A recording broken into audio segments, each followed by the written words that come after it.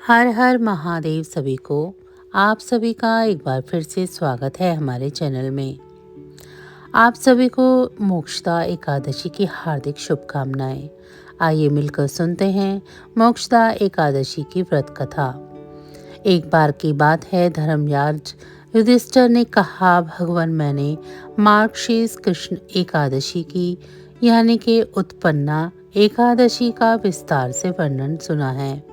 अब आप कृपा करके मुझे मार्गशीर्ष माह के शुक्ल पक्ष में एकादशी के विषय में भी बतलाइए। इस एकादशी का क्या नाम है और इसके व्रत का क्या विधान है, इसे करने से क्या फल मिलता है तथा इस व्रत की क्या विधि है। कृपा करके यह सब विधान कहिए। भगवान श्री कृष्ण ने कहा, मार्गशीर्ष मास के शुक्ल पक्ष की आने वाली इस एकादशी को मोक्षदा एकादशी कहा जाता है।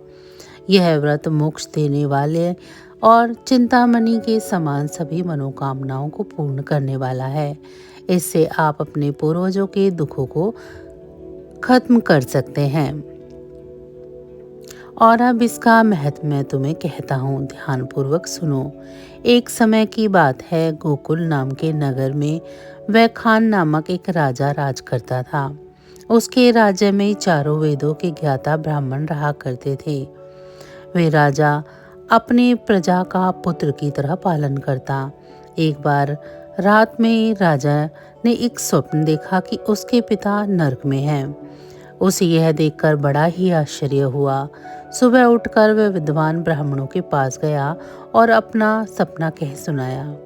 उसने कहा, ब्राह्मणों, मैंने अपने पिता को नरक में कष्ट उठाते देखा है। मेरे पिता ने मुझसे कहा है कि पुत्र, मैं नरक में पड़ा हूँ, यहाँ से तुम मुझे मुक्त कराओ। जब से मैंने यह उनके वचन सुने हैं, तब से मुझे बहुत बेचैनी हो रही है। मेरा चित्त बहुत अशांत हो रहा है।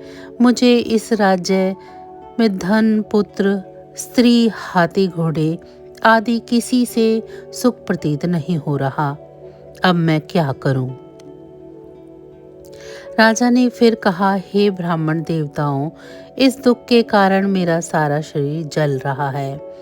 अब आप कृपा करके कोई भी दान, तप, व्रत ऐसा उपाय बतलाइए जिससे मेरे पिता मुक्त हो जाएं। उस पुत्र का जीवन व्यर्थ है जो अपने माता पिता का उद्धार न कर सके।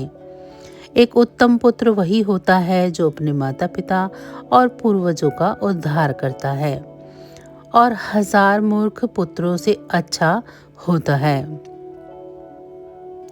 जैसा कि एक चंद्रमा ही सारे जगत में प्रकाश देता है, परंतु 1000 तारे नहीं दे सकते। राजा की बात सुनकर ब्राह्मणों ने कहा, हे राजन, यहाँ पास ही भूत भविष्य वर्तमान के ज्ञाता पर्वत ऋषि का आश्रम है। आपकी समस्या का हल वो जरूर करेंगे।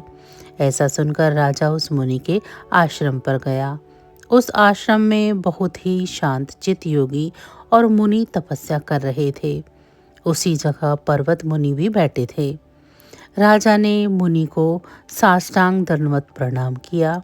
मुनि ने राजा से कुशलता पूछी।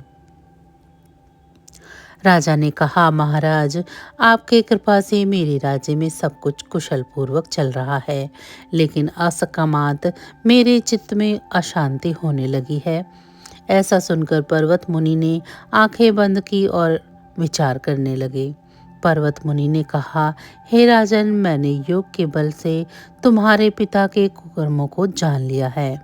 उन्होंने पूर्व जन्म में कामातुर होकर एक पत्नी को रति दी,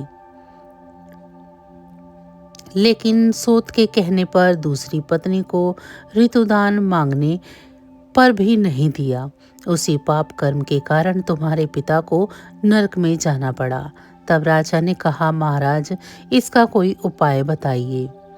मुनि ने कहा, हे राजन, आप मार्गशीर्ष एकादशी का उपवास करें और उस उपवास के पुण्य को अपने पिता को संकल्पित कर दें। इसके प्रभाव से आपके पिता की अवश्य ही नरक से मुक्ति हो जाएगी। मुनि के ये वचन सुनकर राजा महल आया और मुनि के कहे अनुसार कुटुंब सहित मोक्षदा एकादशी का व्रत किया।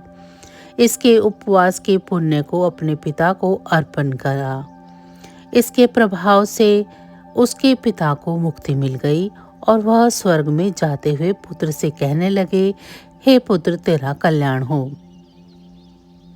ऐसा कहकर उनके पिता स्वर्ग चले गए। मार्गशीर्ष माह के शुक्ल पक्ष की मोक्षदा एकादशी का व्रत जो कोई भी करता है उसके समस्त पाप नष्ट हो जाते हैं।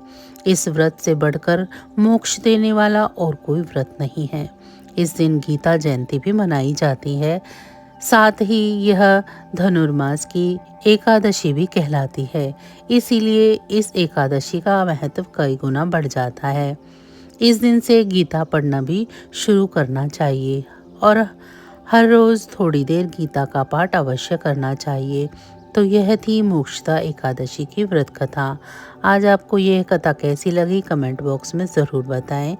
कथा अच्छी लगी हो तो लाइक करें और अभी तक मेरे चैनल को सब्सक्राइब नहीं किया हो तो सब्सक्राइब करना ना भूलें।